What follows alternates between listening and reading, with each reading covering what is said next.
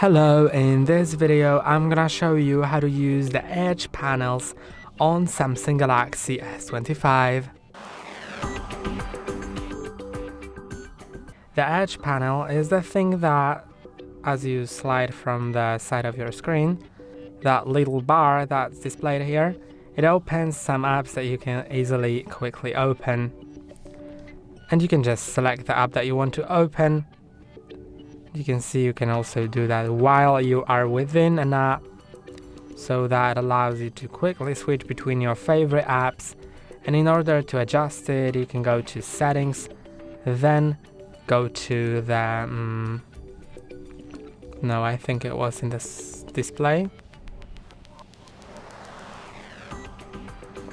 edge panels. Now if it's enabled, then it'll exist. You can choose what will be on the panels, so either the apps, people, tasks, weather, tools, clipboard, reminder. I'm gonna leave it on apps, but I'm gonna edit it.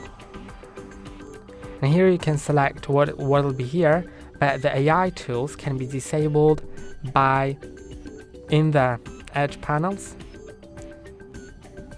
You'll need to, it's quite difficult always to find it here.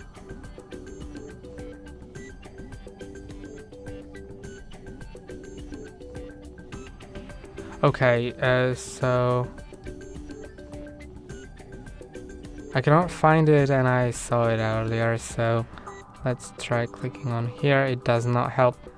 Okay, as I'm in the apps editing, so you can see it as I go to panels, apps, edit, 3 dots, then I can disable the Galaxy AI features, which I honestly don't want.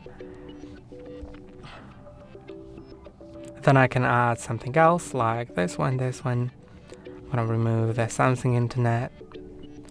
Then maybe let's add the phone. And you can add more as well, of course. You can also customize the handle, the position to left or right.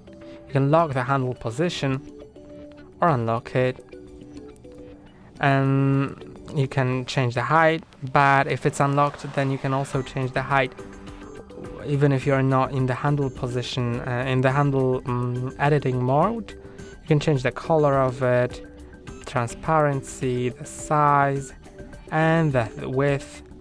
I'll leave it out thin. And also, if you open the edge panel, you can press and hold on an app to open it in split screen.